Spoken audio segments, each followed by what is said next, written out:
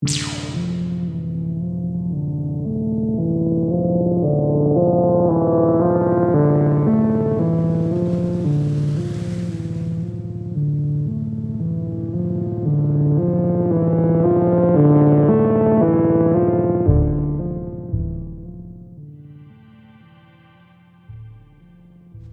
was a super withdrawn teenager, probably due to the fact that I was raised by a single mother who was constantly moving us state to state depending on where she could find her next job.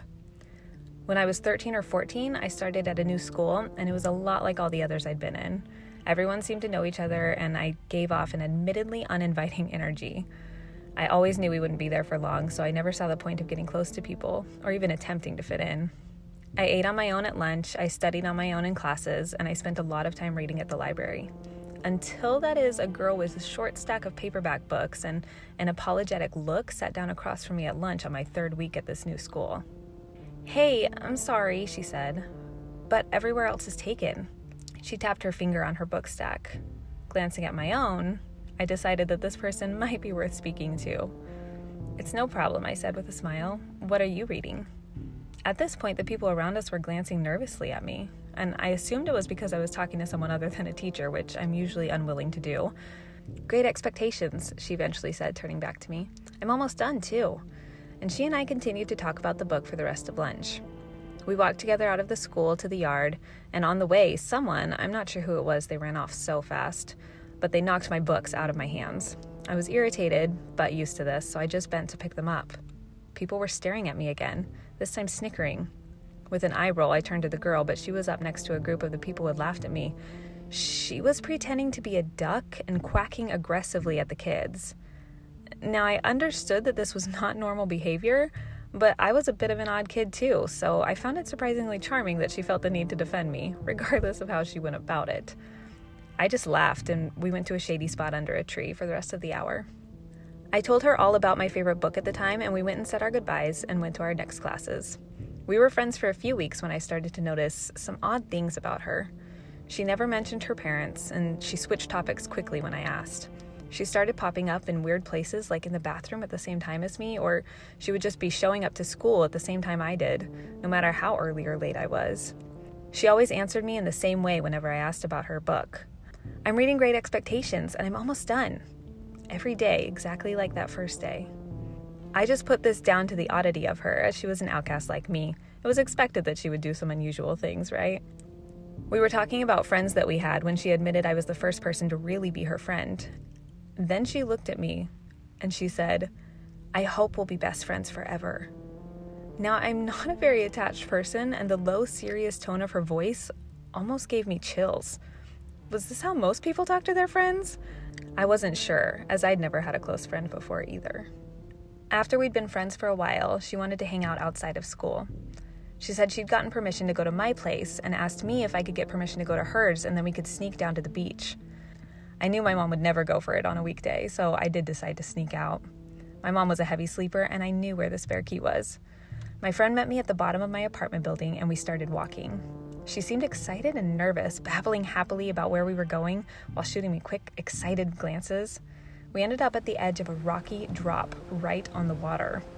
We started singing and dancing when I noticed she was getting closer and closer to the edge of the drop. "Come on," she said happily, gesturing to the water. Now, I'm no coward, but I'm not stupid either. I know I'm clumsy and that falling is a very common occurrence for me, so I did not want to get that close to the edge. I told her so. "What? Are you scared?" she pressed. Her normal bubbly voice went flat and was almost angry. I don't know what it was, but something clicked in my head at that moment.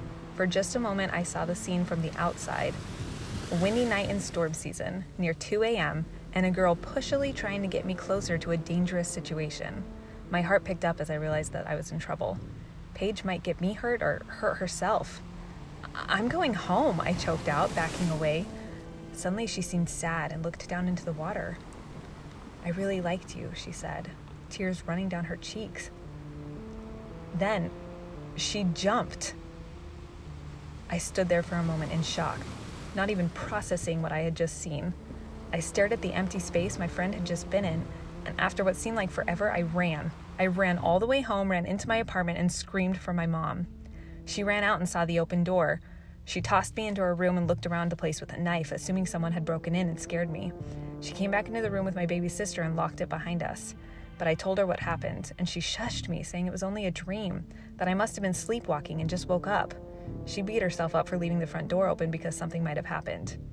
I didn't sleep all the rest of that night. I ran to school the next day, but she didn't meet me for the first time since we talked. I went right to the principal, demanded to see him, and told him what had happened the night before. He turned white and asked me what the girl's name was. I paused, realizing for the first time that I had never actually seen her name, and she had never given it.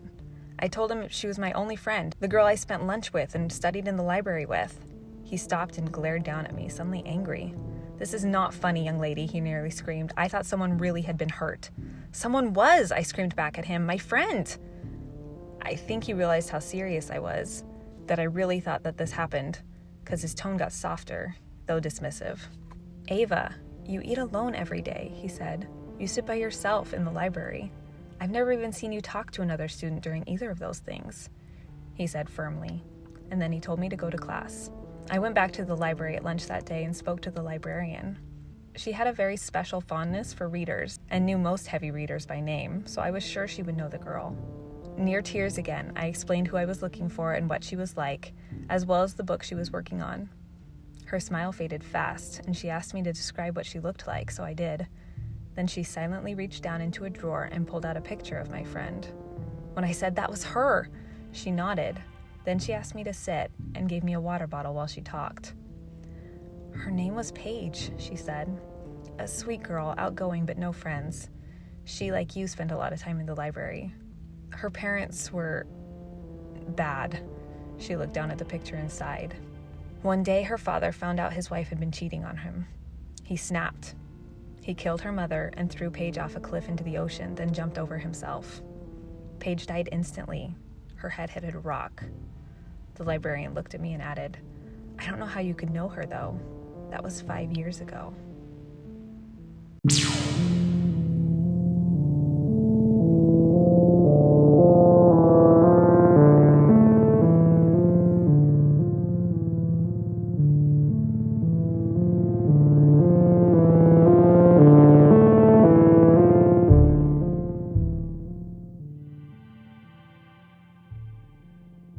For this story to make sense, I need to give some perspective on the layout of my home.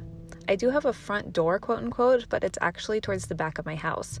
To access it, you have to walk through a small alley-like pathway. And you can't even really see this alley from the street. It's mostly covered up by overgrown bushes. It isn't the type of area people just end up in. You'll really only find my front door in this alley if you know about it already. I do have a sliding glass door that leads to a balcony upstairs. It's on the opposite side of my home, over the garage. Opening up these sliding doors gives you a close-up view of the Pacific Ocean.